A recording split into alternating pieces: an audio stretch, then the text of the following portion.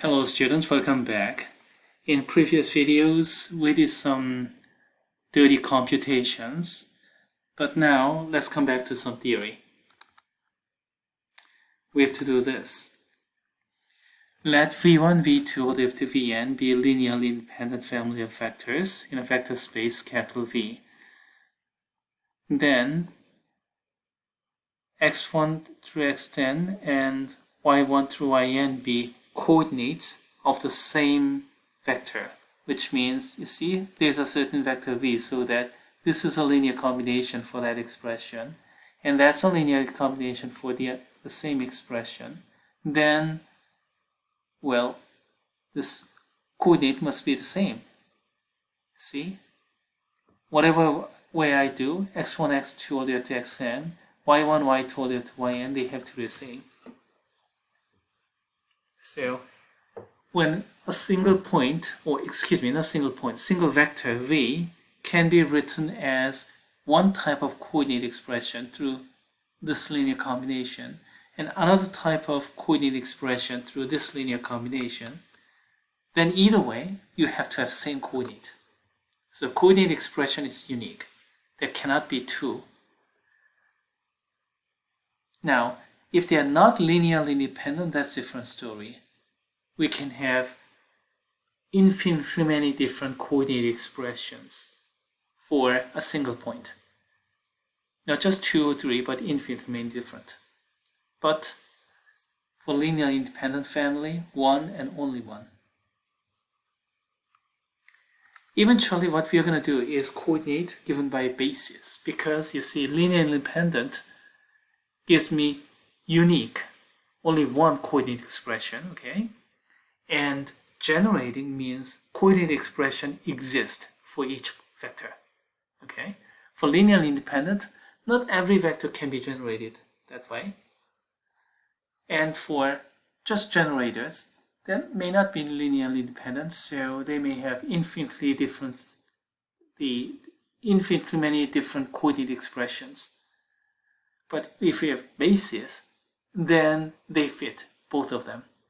So every vector can be expressed as a linear combination, so we have a coordinate expression, and also unique coordinate expression.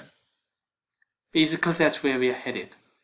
But first step is proving this uniqueness for linearly independent family. Okay. Ready? Okay. Actual proof is rather easy.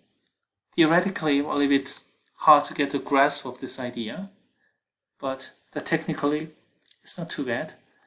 So these two are equal, so what we're going to do is subtract one from the other. Subtract from the other, and then we have 0 vector. And then a little bit of algebra, and then we can rewrite each coefficient as x1 minus y1, x2 minus y2, and so on. Then we are through, because these are linear independent family. Each coefficient must be 0. x1 minus y1 has to be 0, x2 minus y2 has to be 0, and so on. They're all the same. So the proof is actually really easy. Just subtract one expression from the other, that's it. But the idea that came before all this, that was the hard part. So let's go back to that. So we have two aspects of basis. Number 1, generate. Number 2, linearly independent. Generating part gives you the existence of coordinate expression for a given vector. Any given vector can be written as a linear combination, and that'll give you coordinate. But the problem is each vector may have many different coordinate expressions, infinitely many as a matter of fact, hard to track down. Now, another aspect of basis is linear independence. As we did over here, it gives you only one coordinate expressions if coordinate expression exists. But just linear independence may not generate everything, so there may be some, or actually a lot of vectors with no coordinate expressions at all because it cannot be written as linear combination. But then bases have both aspects, linearly independent and also generate. Therefore, every vector can be written as a linear combination, so they have coordinate expression, and coordinate expression is unique. That's what base is all about.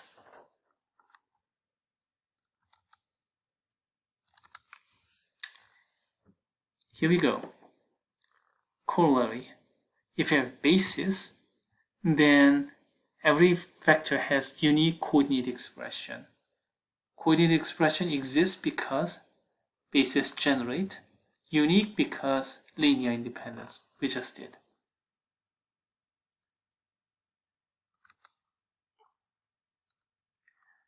Okay, one last comment. Coordinate vectors. We often rewrite this expression, linear combination, x1 v1 plus x2 v2 plus all the way up to xn vn, into this matrix multiplication or scalar products expression. Like this.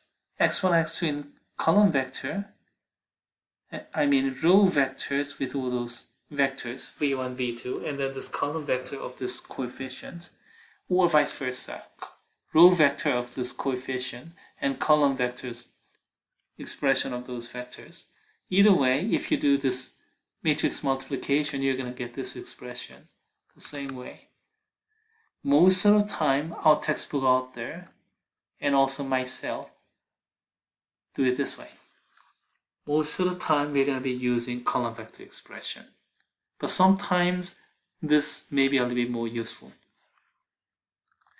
Okay, so much for chapter 5, module 5, excuse me. That's where we're going to stop.